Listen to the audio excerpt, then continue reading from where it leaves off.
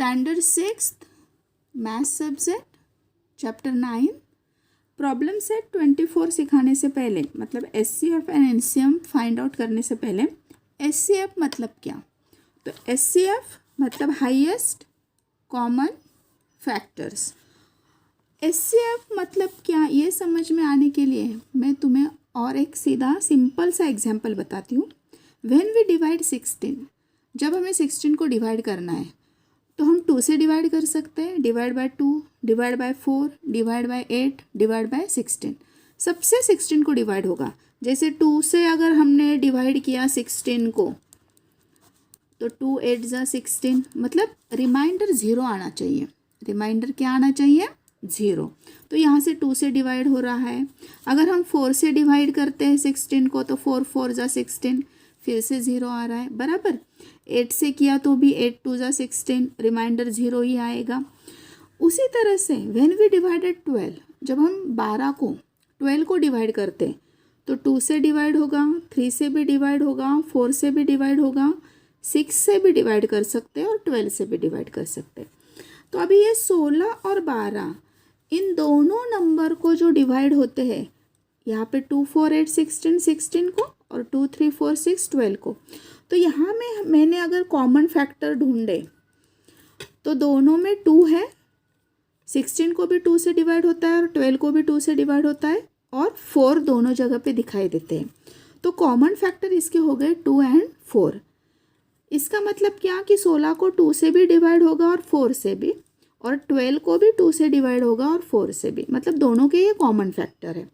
अभी इन दोनों में ग्रेटेस्ट कौन है, मतलब हाईएस्ट कौन है? 4। तो 4 हो गया इन दोनों का एचसीएफ। आई थिंक अभी तुम्हें समझ में आ गया होगा। जब दो नंबर का हम एचसीएफ फाइंड आउट करते हैं तो उन दोनों नंबर को किस किस से डिवाइड होता है वो हमें ढूंढना पड़ता है, मतलब फैक्टर्स निकालने पड़ते हैं और उन दोनों के कॉमन फैक्टर लिखकर उसमें से जो बड़ा नंबर होगा वो उसका एचसीएफ होगा। अभी ये डिवाइड करने के लिए डिविजिबिलिटी की टेस्ट हमको याद चाहिए। जैसे कि कौन से नंबर को 2 से डिवाइड होगा, 3 से डिवाइड होगा। तो 2 से डिवाइड होने के लिए डिविजिबिलिटी टेस्ट क्या है? अगर यूनिट प्लेस पे 0 2 4 6 8 है, मतलब जैसे कि मैंने ये नंबर लिया, यहाँ पे यूनिट प्लेस पे क्या है? 0 है, तो इसको 2 से डिवाइड होगा।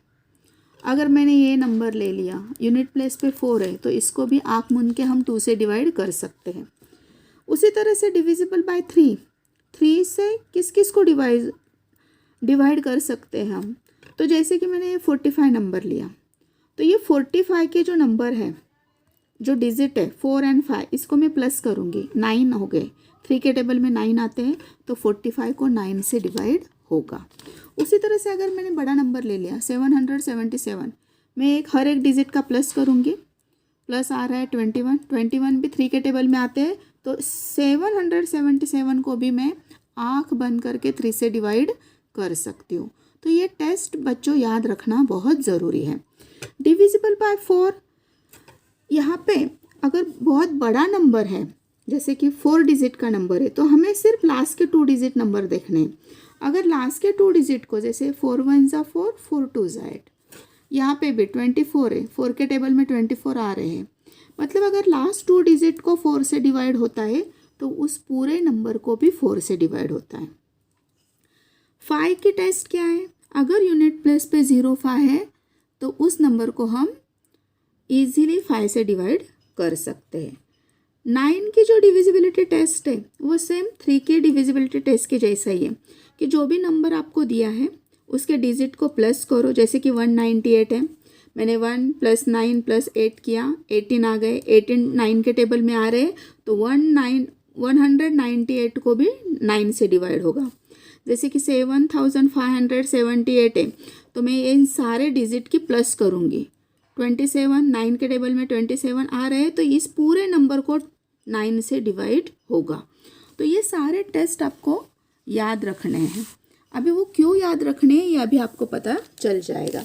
अभी देखो हम फाइंड आउट करते हैं 45 और 30 का एचसीएफ। अभी उसकी एक बहुत इजी जो मेथड है, जो कि आप लोगों को 7 स्टैंडर्ड 8 स्टैंडर्ड 9 स्टैंडर्ड सब में यूज़ होगी, मैं वो मेथड बताती हूँ। ये 45 मैंने लिख दिए, फिर यहाँ पे मैंने ऐसे लाइन खींच ली और एक ऐसे लाइन खींच ली। अभी देखो 4 और 5 यूनिट प्लेस पे 0 2 4 6 8 नहीं है तो 2 से डिवाइड नहीं होगा।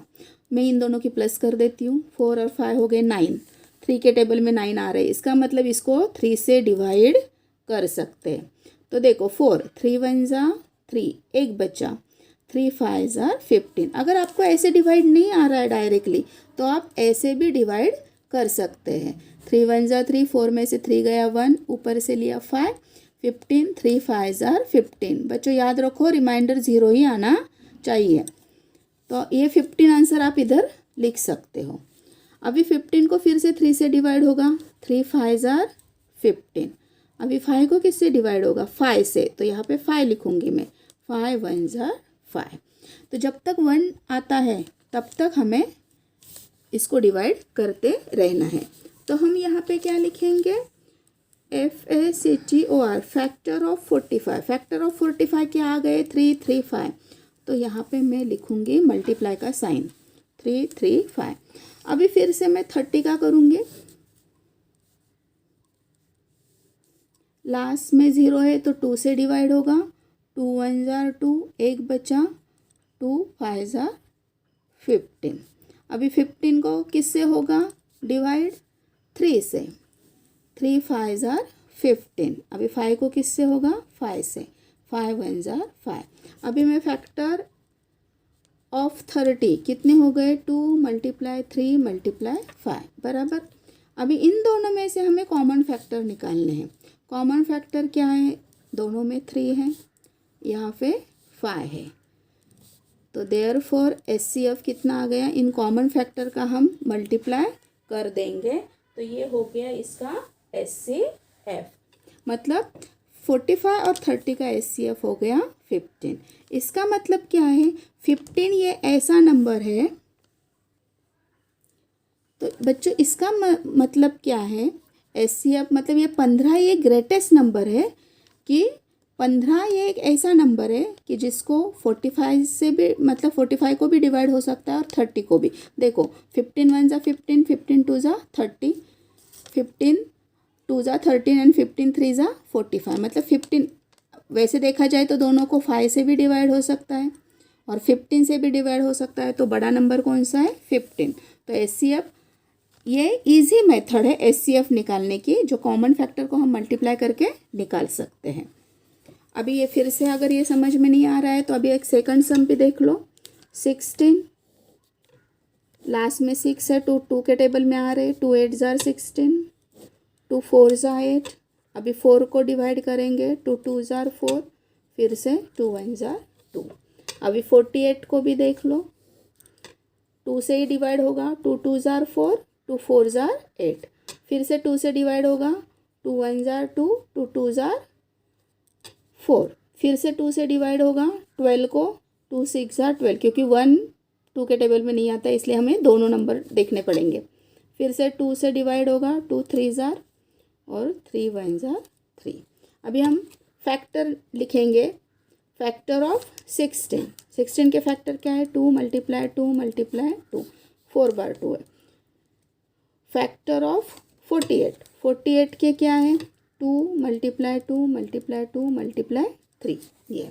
फिर कॉमन फैक्टर क्या है इसमें से, देखो यहाँ पे भी 2 है, यहाँ पे भी 2 है, यहाँ पे भी 2 है, ये हो गए ये और ये, तो इनका मल्टीप्लाई HCF क्या हो गया, 2 2 ज़ा 4, 4 2 ज़ा 8, 8 2 ज़ा 16। तो HCF क्या हो गया बच्चों इसका 16। ये मेथड मैंने इसलिए बताया, एक्चुअली इस मेथड से भी तुम लोग कर सकते हो, जो मैंने स्टार्टिंग में बताया ना कि फैक्टर निकाल के देखो, लेकिन इसके लिए क्या होना चाहिए, आपको टेबल बहुत ज़रूरी है, टेबल लर्न होने चाहिए। इसीलिए ये मेथड इजी हो जाती है HCF निकालने की, कि हम सीधा फैक्टर्स निकालेंगे और उनको मल्टीप्लाई कर देंगे। अभी देखो 39 और 25 का, ये 39 लास्ट में 9 है तो 2 से तो डिवाइड होगा ही नहीं, क्योंकि हमने डिविजिबिलिटी की टेस्ट देखी है। तो हम इन दोनों को प्लस करेंगे तो 12 आ रहे हैं, 3 के टेबल में 12 आते हैं तो इसको 3 से डिवाइड होगा, 3 1 ज़ा 3, 3 3 ज़ा 9। 13 किसी की भी टेबल में नहीं आते तो डायरेक्टली 13, 13 वन जा 13। अभी 25 देखो, लास्ट में 5 है तो इसको 5 से डिवाइड होगा। 5 5 ज़ा 25, 5 वन ज़ा 5।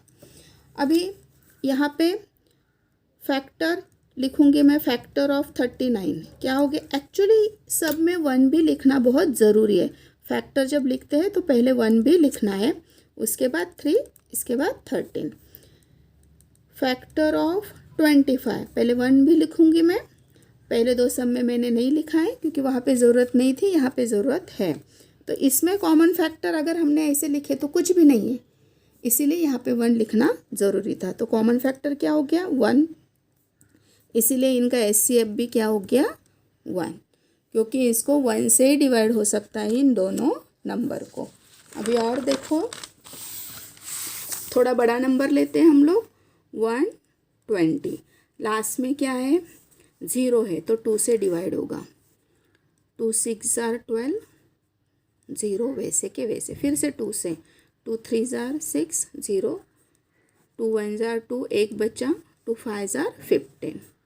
15 को किससे जाएगा अभी 3 से, 3 5 ज़ार 15, क्योंकि 2 से पूरा डिवाइड नहीं हो रहा है 15 को। फिर 5 1 ज़ार 5। अभी 144 को देख लो, लास्ट में 2 है, सॉरी लास्ट में 4 है तो इसको 2 से ही डिवाइड होगा, क्योंकि मैंने डिविजिबिलिटी की टेस्ट बताई तुमको कि यूनिट प्लेस पे 0 2 4 6 8 है तो 2 से डिवाइड होगा।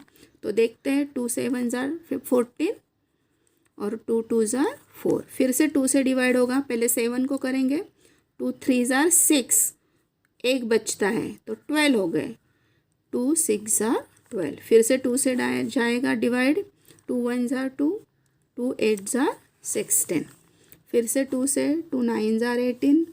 अभी 9 को 2 से डिवाइड नहीं होगा पूरी तरह से तो 3 3 3 ज़ार 9, फिर से 3 1 ज़ार 3। अभी हम लिखेंगे फैक्टर, फैक्टर ऑफ 120 कितने हुए ये, 2 मल्टीप्लाई 2 मल्टीप्लाई 2 मल्टीप्लाई 3 मल्टीप्लाई 5। और फैक्टर ऑफ 144 के क्या हो गए, 2 multiply 2 multiply 2 multiply 2 multiply 3 multiply 3। तो इसके कॉमन फैक्टर कौन से हो गए, ये 2 2, फिर से ये 2, फिर से ये 2 और ये 3, बस बाकी कुछ नहीं है। यहाँ पे 2 है लेकिन यहाँ पे 2 नहीं है, यहाँ पे 3 है, यहाँ पे 3 नहीं है, इसीलिए इनका HCF कितना हो गया, इन सब की मल्टीप्लाई। 2 2 ज़ार 4, 4 2 ज़ार 8, 8 3 ज़ार 24। तो इसका कितना हो गया तुम लोगों का 24, किसका ये है 120 और 144 का HCF हो गया 24। तो आई थिंक यहाँ पे तुम लोगों को अभी समझ में आ गया होगा। बाकी के तो वर्ड प्रॉब्लम है, वो अभी थोड़ा पार्ट 2 में मैं आपको भेजती हूँ।